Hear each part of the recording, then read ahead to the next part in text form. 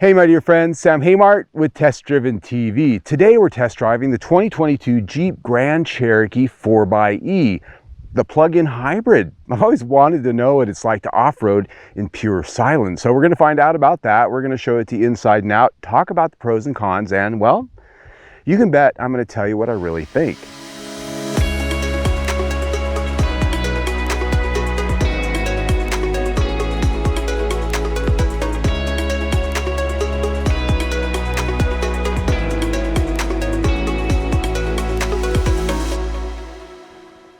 For 2022 and now into 2023 model years, the 4xe plug-in hybrid is now available on the Jeep Grand Cherokee. First available on the Wrangler, and it's the exact same powertrain and the way it works. And we'll get into that here when we go for a drive. But what sets this apart visually from the regular Grand Cherokee? Well, it's pretty obvious.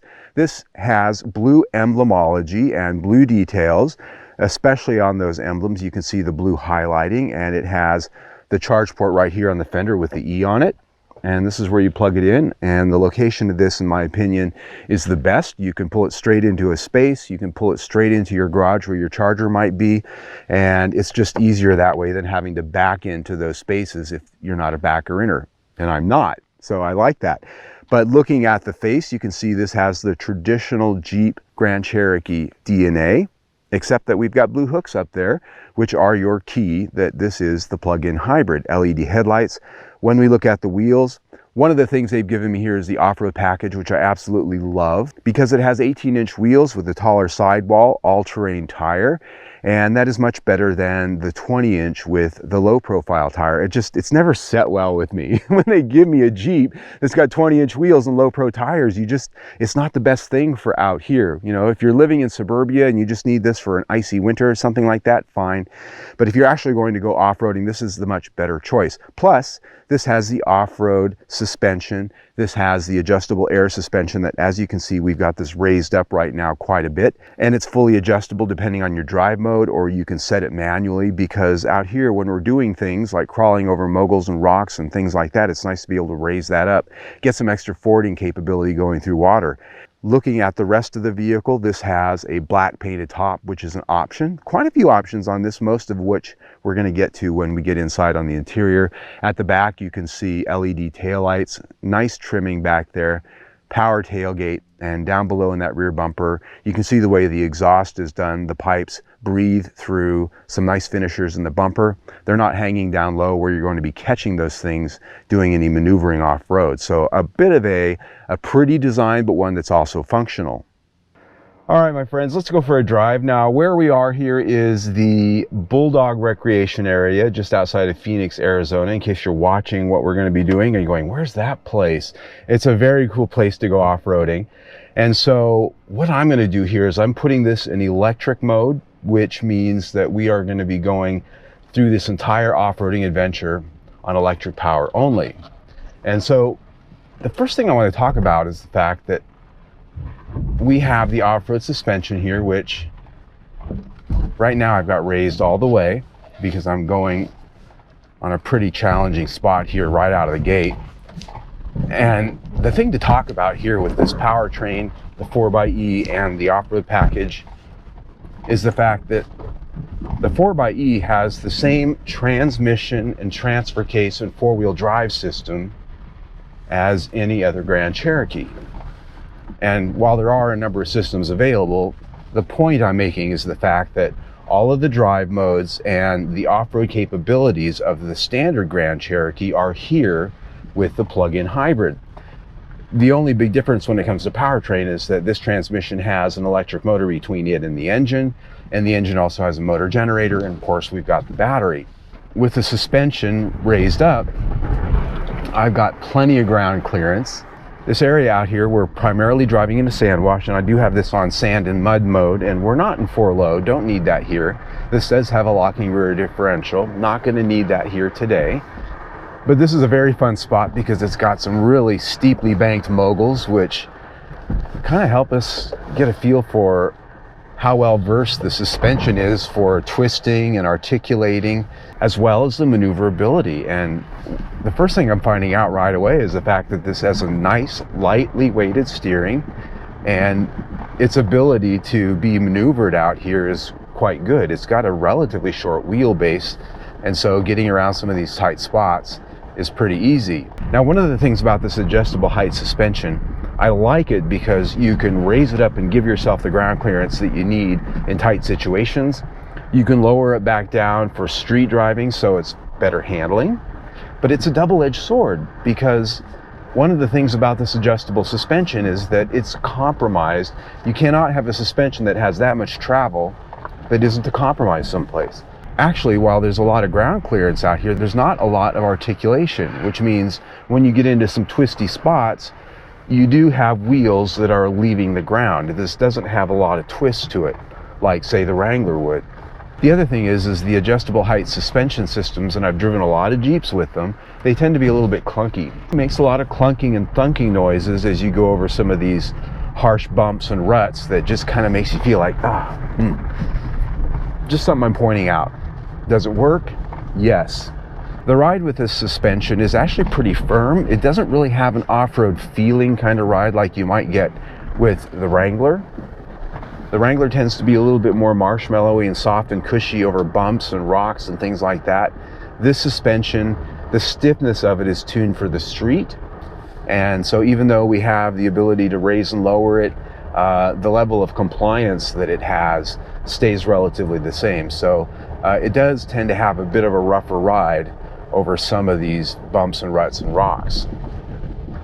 These Goodyear Wrangler off-road tires have some good bite to them, and so far I haven't felt like, this thing's sinking in and we're not getting anywhere. Because coming out here, it's not the moguls or the steep hills or the washes going through that's the challenge. The thing you got to be careful about out here is getting stuck in the sand. That's the easiest thing to do, and it sucks because if you do, there's no self-service out here. It's like a 5-mile walk to get back out of this place. So I'm being kind of careful not to get us stuck in the sand. I do like the fact that we have a pretty silent operation here. I don't have an engine that is constantly revving with what I'm doing. It's just absolutely quiet. The only noise I hear as we're driving along out here is the tires mashing through the sand. Pretty cool, huh? As far as structural integrity is concerned, the body structure on this vehicle is actually pretty tight, a little tighter than the long extended version that I drove last year. And so I'm not noticing any kind of body twist or anything like that when we do some of these moguls and articulate over them. I'm feeling like all of the pressure and twist is being accepted by the suspension, not the body. And that's notable even because we've got this glass roof up here, which having those tends to sometimes make the body structures not quite as robust. Other than the fact that the ride is a little bit stiffer than I'd like, this feels very comfortable out here. It's very easy to drive.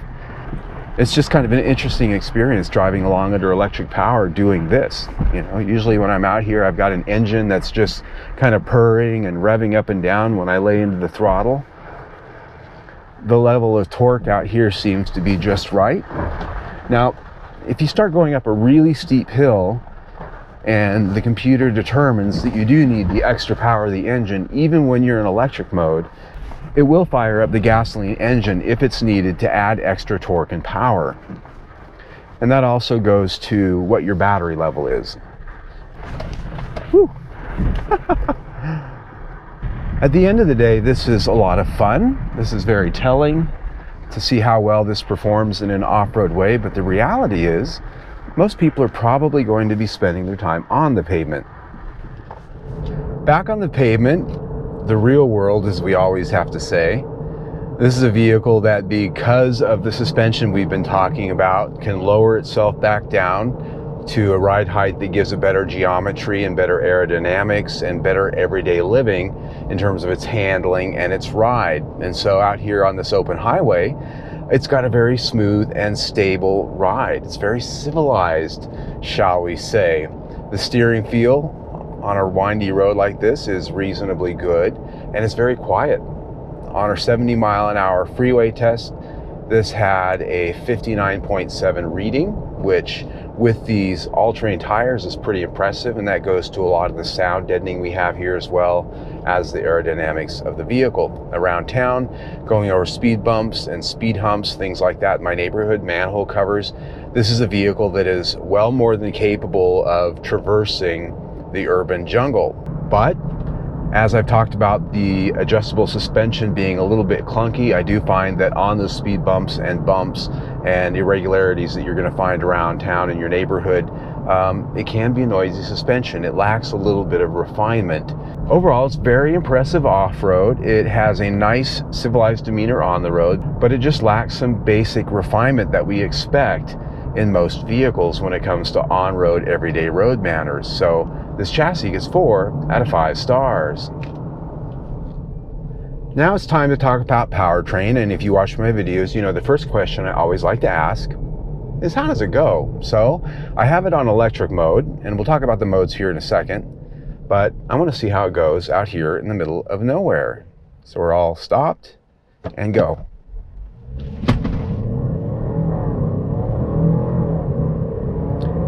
And 60. Now, you might have noticed something there. I told you we were on all electric mode, but when I mashed the throttle, one of the first things that happened is the gasoline engine came on and was part of the team that got us going from 0 to 60. And so let's talk about this. What we have under the hood here is a 2-liter turbocharged 4-cylinder engine, and it has a hybrid system that is comprised of an electric drive motor that's mated between the engine and the transmission. And then there's a motor generator, which is belt driven on the engine. Altogether, it has 375 horsepower and 470 pound-feet of torque. All that power goes through a conventional 8-speed automatic transmission and 4-wheel drive system and transfer case. How does this all work? Well, this powertrain with a full charge on that battery can go under electric power only for up to 25 miles, give or take. And it's rated at 56 mpge, which is a mile per gallon equivalent when you're on electric mode. And when you're on hybrid mode, which is running the gas engine for the most part, it's rated at 23 mpg combined. Now, the modes are really what make this thing rather different from a lot of the plug-in hybrid vehicles out there. It has an e-save mode, which means that if you've charged your battery up and you just want to save that electric power for another time, like say you're going to be driving on the freeway, and it's pretty much going to power this on gasoline power only. And it's going to tap into that electric motor every now and then, and it's going to keep charging the battery. And so there's hybrid mode, which if you put it there, that's the default mode when you start the vehicle up. It will drive whatever battery power it has until that's depleted, and then it'll go into a mode where it shares electric and gasoline power. Then there's electric mode, which keeps that gasoline engine off for the most part and powers you along in electric mode. So if you've charged your battery, you have a full charge or some level of charge, that'll get you a certain amount of miles, and it'll tell you how many miles you have of electric power. You can drive it around under electric power only. Once that battery gets down to a point where it can't do that anymore, then you go into hybrid mode. One very cool thing is that if you've run your battery down, let's say you're on a road trip, right? I drove up to Las Vegas, I'm driving around in electric mode, my battery just went dead. Now I'm running the gasoline engine. I'm freeway driving on the way home, and if I put it in e-save, over time it will charge that battery back up, and it doesn't take that long. So you don't necessarily have to plug this thing in to give it a full charge. If you're going a long freeway distance, put it in e-save, it'll charge that battery back up for you. So this is a plug-in hybrid that you can enjoy all electric power once in a while with, even if you don't plug it in. And plugging it in is not that big of a deal. This comes with a 120 volt power cable. So even if you don't have a full-blown level 2 or greater charger, you can plug this into your household circuit overnight, and this will be charged up in the morning, and that's because this battery just isn't that big. It's not like an electric car where plugging it into a household outlet overnight is not going to do a lot for you. This is a vehicle that you can get the gratification out of, and that's what I did when I had it this week. So this is a powertrain that is pretty impressive in a number of ways, but is a bit of a double-edged sword, just like the off-road suspension. And that is that as a hybrid, It's not the most efficient one out there. So if you have a Prius when you're buying this expecting hybrid gas mileage, you're going to be disappointed. This gets SUV gas mileage if you're using the gasoline engine. But what it does have is it has, you know, up to 25 miles electric range. So if your driving cycle is in that range every day, you can treat this almost like an electric vehicle if you plug it in. And if you don't, if you take road trips and then drive city, if you go back and forth, you can charge the battery up while you're driving and have that electric power in the city or wherever you want to use it at your beck and call. So it's a pretty interesting way that Jeep has chosen to make this work. It's not what most hybrids and plug-in hybrids do. It's just a little bit of a different animal. But really, the only negative thing I have to say about this powertrain is the fact that this four-cylinder engine, when worked hard, can be a little bit on the rough and noisy side. It lacks a little bit of refinement that you expect in the six-cylinder or the V8 when you get the Grand Cherokee. So that said, this powertrain gets 4 out of 5 stars. The interior of the Grand Cherokee, depending on which trim grade you get, can be very average or can be very substantial and very well outfitted. Because we're in a mid-level here and that we have a number of option packages, this is actually not all the way to the top, but it's pretty well trimmed out. As you can see, we've got some wood grain trim, soft trim across the dash, very nicely stitched. And we've got a lot of options in terms of tech features. There's a lot here. As I sit here, I'm sitting in some very comfortable Napa leather seats, heated, ventilated, and fully power operable, and there is memory for both the driver and the passenger. All around me, I've got soft touch trims here on the center console, on the door panel.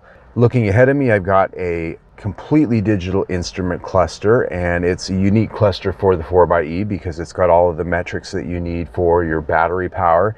And you can customize this and display things in different ways, and I've got it right here. And there are additional things you can put on there. This has a head-up display that displays a number of things in the windshield, and the steering wheel, lots of controls on it, and there are paddle shifters for the 8-speed automatic transmission, along with controls on the back for the infotainment system.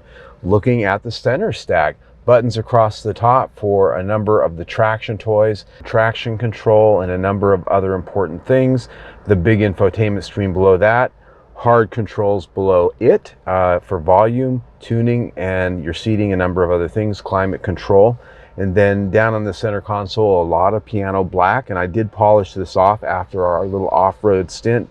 It was quite dusty, which you can see in the actual video. It's a very nicely laid out and good looking console. If you open this cubby here, there are a number of USB ports, both kinds, HDMI for the screen over here, which I'll get to in a minute, and a place to put your phone. This one has a wireless charger down in there as well. In the center of the console, you have the controls for the drive modes, as well as the adjustable suspension and the four-wheel drive low button, hill descent control. Then behind this, cup holders, nicely hidden away if you don't want to have those actually visible. Then inside here, pretty good level of storage. There's a tray at the top, and then you can get down into the bottom, and that's a little bit larger than a square tissue box. This does have a couple options I want to point out. We've already talked about the big panoramic moonroof that you could see out of when we were out for a drive. A lot of light in here from that, but over here on the dash is something pretty cool.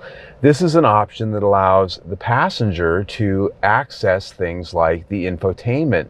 It's a screen they can watch movies on. There's an HDMI port up here. So it's almost like having a rear seat entertainment system, only it's in the front.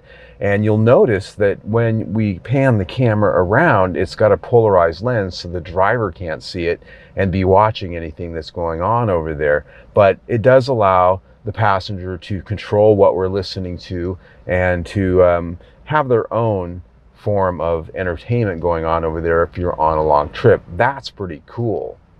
The rear seat of the Grand Cherokee, unlike the L, is a little bit more compact than that particular model.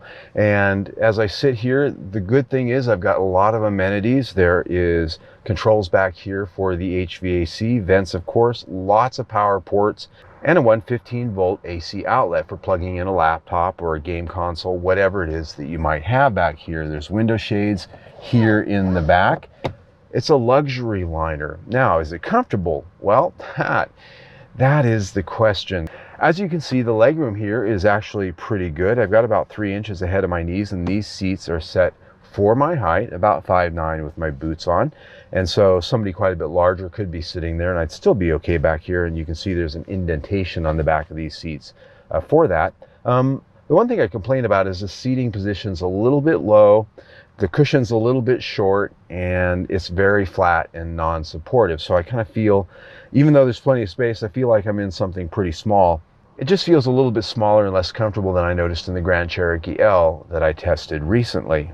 Part of the reason that the seating height might seem a little bit on the low side is because the hybrid battery is actually right underneath the floorboard under my feet. Therefore, the floorboard has to be high enough to allow that battery to be under there and also have enough ground clearance to do what we've been doing today. So that packaging might very well be the culprit for why it feels this way back here.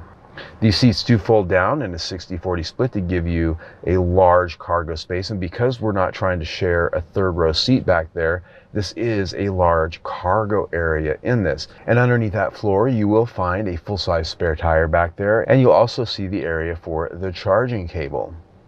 When it comes to rating this interior, it's got a lot of good things going for it, and as I said, you can make it even nicer than this. It does have some nice soft trims, very good switch gear, and the comfort level is pretty good. I will point out that there are still some pretty hard, cheap plastics here and there where you're going to be touching it, and while that's not out of character in most American cars, I find it to be a little out of character in a car that's costing close to $80,000. Parts of this interior are still really what you would find in the vehicle that cost half the price. So when we look at quality, when we look at all the metrics that I use to rate an interior, this one comes in at 4 out of 5 stars. The infotainment system here is literally the top of the line for Jeep. It has the Macintosh audio system. It has great graphics. It's got the full suite of feature content, Apple CarPlay, Android Auto, navigation. It has a 360-degree camera view system that works exceptionally well. It can be used for the off-roading as well as just backing up and maneuvering in a parking lot. And it has a number of apps and ways that you can connect it and get a lot of different ways to get streaming audio and things like that in here. It's not short of any feature content whatsoever. It does have excellent sound. Macintosh, I mean, what do you expect, right? It sounds good. And using it's very easy. I do find it interesting here on the front. It's got this like white marble sort of background. It's the first time I've seen that in a car. When I first looked at it, I kept thinking there was dust on the screen until I realized that that's the graphic pattern, but it looks very appealing. It's easy to use. The menu layouts are well done, and I have really liked this system in some of the more recent Stellantis products that I've tested. This system gets 5 out of 5 stars. All right, my friends, we've driven it, we sat in it and talked about the interior, and I've shown it to you basically inside and out. Now it's time to talk about, is it worth the money? $75,000 is tested. We're right in the middle of what you can spend on this thing. Base price right around $62,000, and you can spend over $80,000 if you really try. I mean, you don't have to try that hard, but you can. So at $75,000, we're sort of maybe 2/3 of the way up in that scale. That said, it is a lot of money, but if you compare it to the next closest plug-in hybrid off-roader that has this level of luxury and capability, how much is that one? Oh wait, it really doesn't exist.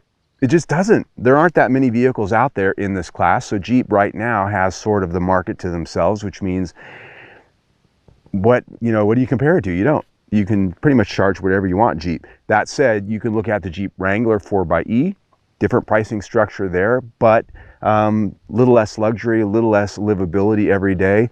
This, more luxury, more livability, more suburban comfort, but not quite the off-road nuts that the Wrangler has. So you can pick your poison or pick your potion, whichever you like to call it. That said, I look at quality, I look at warranty coverage, safety equipment, all of that. This performs relatively well across the board, though I do think options pricing, base pricing isn't like, wow, value for the buck. This is a luxury item, and so value, I put it 4 out of 5 stars. When you put that in with everything we've already talked about, this review, this gets 4 out of 5 stars, which is quite good in the market these days. So there you go, our test drive of the 4xe Jeep Grand Cherokee. Yeah. Now, Please follow us on our socials. You can see all of that right down there. We do a lot of things there that we do not do videos on, maybe forecasts of test drives, news that's happening real time in the automotive world. You can see our latest video right there, but best yet, subscribe to our YouTube channel right down there and we'll keep you notified of everything we do. Yeah. Okay, I think we're good there. Boop, boop.